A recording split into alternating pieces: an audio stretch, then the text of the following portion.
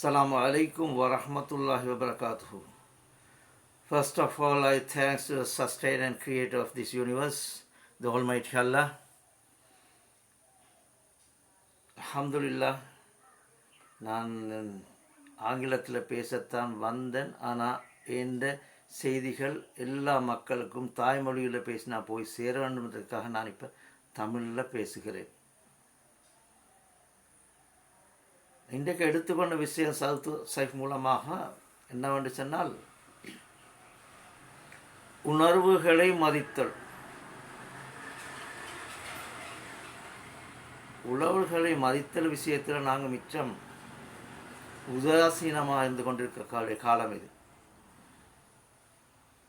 என்னான்னு சொன்னால், இன்றைக்கு உணர்வுகளை மதிக்கக்கூடிய விதமாக எமது இங்கே நான் அரசியல் பேச வரல, உண்மையென்று பேசுகிறது நான் வந்திருக்கிறேன். அரசியல் இல்லை இது. நான் இந்த அரசாங்கத்தில் இந்த கட்சியில் கடுமையாக உழைத்த ஒரு தோழர் என்ற வகையிலே நான் இங்கே பேசுகிறேன். ஒரு விஷயத்தை சொல்லிவிட்டு நாங்கள் விஷயத்துக்கு போவோம். இப்போ ஜனாதிபதி தோழர் அனுரகுமார் திசாநாயக் அவர்கள் ஆட்சிக்கு வந்து இப்போது போதைப் பொருள் அதை ஒழித்து கட்டக்கூடிய நிலையிலே அதை முன்மதமாக இறங்கி அந்த வேலையை செஞ்சு கொண்டு போகிறாங்க. ஊழல், லஞ்சம், மோசடி, தேவையில்லா செலவுகளை குறைத்து கொண்டு போகிறாங்க. அவர் சொல்லக்கூடிய கருத்து என்னன்னு சொன்னால், பொஹசத் மினிசு பொஹசத் ஈக நம்ம அனவா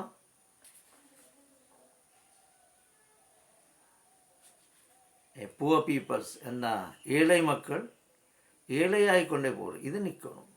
அப்படி நாங்கள் ஒரு பொஹசத்ராட்ட கராயண்டோன்னு உண்மையாக விஷயம் அது. ஏன்னா அவர் ஏழை குடும்பத்திலிருந்து வந்தவர். அதனால் அவருக்கு உணர்வுகள் தெரியும், ஏழை மக்களோட கஷ்டம் தெரியும்.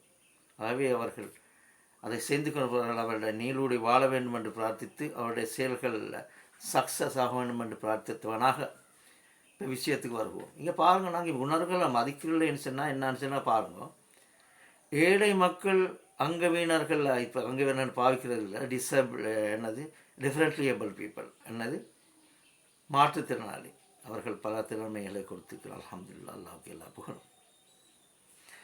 இப்போ ஏழை மக்கள் எதுவும் ஒரு ரிக்வெஸ்ட் போட்டால் பொறுப்பானவர்கள்ட்ட அதை உதாசீனப்படுத்தக்கூடியவர்களாக இருக்கிறார்கள். பொறுப்பானவர்கள் உதாசீனப்படுத்தக்கூடியவராக இருக்கிறார்கள். அனுபவத்தில் கண்டது. அதுக்குத்தானே நான் சொல்கிறது ஆளுமை வேணும், ஆளுமை வேணும், ஆளுமை வேணும்னு சொல்லி. ஆளுமை இல்லாட்டி அதை செய்ய இயலாது. உணர்வுகளை மதிக்கக்கூடியவர்களை மாக்கணும். பரம்பரையாக பணக்காரராக இருக்கக்கூடியவர்கள் ஏழைகளுடைய அந்த உணர்வுகளை மதிக்கக்கூடிய தன்மை வராது. பேச்சில் இருக்கும், ஆனால் செயலில் ஏன்னா அவருக்கு அந்த உணரல்ல. அந்த பொண்ணு இருக்கிறவனுக்கு தான் அந்த வருத்தம் விளங்கும். ஒரு கால் இல்லாதவனுக்கு தான் அந்த கால் இல்லாதவனுக்கு தான் தெரியும் அந்த கால் இல்லாதவன் வருத்தம். அல்லாஹ் பயந்து கொள்ளவன், வித்தகுல்லா. நான் திரும்ப சொல்ல, அல்லாஹ் பயந்துக்கோங்க.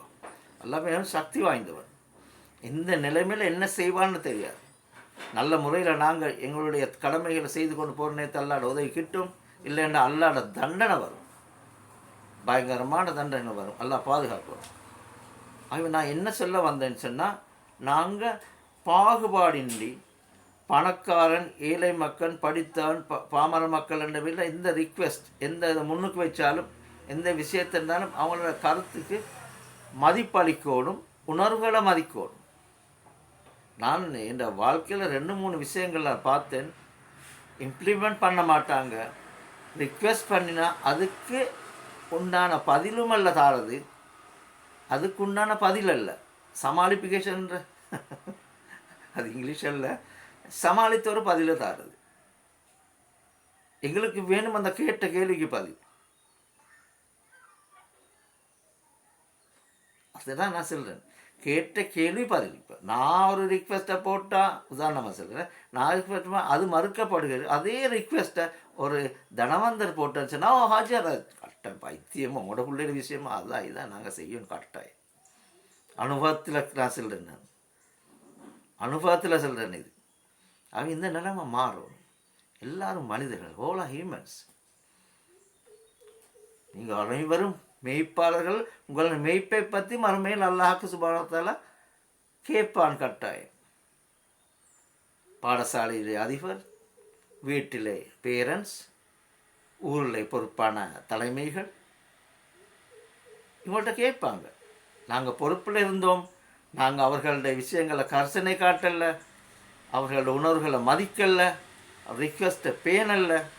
ஆனால் அல்ஹம்துலில்லாஹ் அல்லாஹ் பாதுகாத்த ஆளுமைகளை தவிர, இதுக்கு முதல் ஒரு ஆளுமையை பற்றி நான் பேசினேன் தானே, அவர் ஆளுமையும் தான், அவர் தனவந்தரும் தான், நல்லுள்ளம் கொண்டவர், அல்லாஹ்வை பயந்து அவர் செய்யக்கூடிய விஷயங்களை அவர் செஞ்சு கொண்டு போகிறார். அல்லாஹ் சுப்ஹானஹு வ தஆலா அவர்கள் நீண்ட ஆயுளையும் சுகத்தை கொடுக்கணும். நான் மிச்சம் பேசல, இத்துடன் எனது முடிவை முடிக்கிறதுக்கு முன்னே ஒரு விஷயத்தை நான் சொல்லிட்டு போகிறேன். நீங்கள் என்ன கருத்தை சொன்னாலும் வேலையில் நீங்கள் இருக்கும் நிலையை பொறுத்து தான் அது ஏற்கப்படும். நீங்கள் நல்ல நிலைமையிலையும் தான் அது ஏற்கப்படுறது. நீங்கள் என்ன கருத்தை சொன்னாலும் அது செல்லுபடியாகாது. அல்லாஹ் பாதுகாக்கணும். எல்லாம் வல்ல அல்லாஹ் தஆலா தெளிவையும் அறிவையும் தெளிவை கொடுக்கணும் என்ற சமூகத்துக்கு என்று கேட்டு விடைபெறுகிறேன். அஸ்ஸலாமு அலைக்கும் வரஹ்மத்துல்லாஹி வபரகாத்துஹு.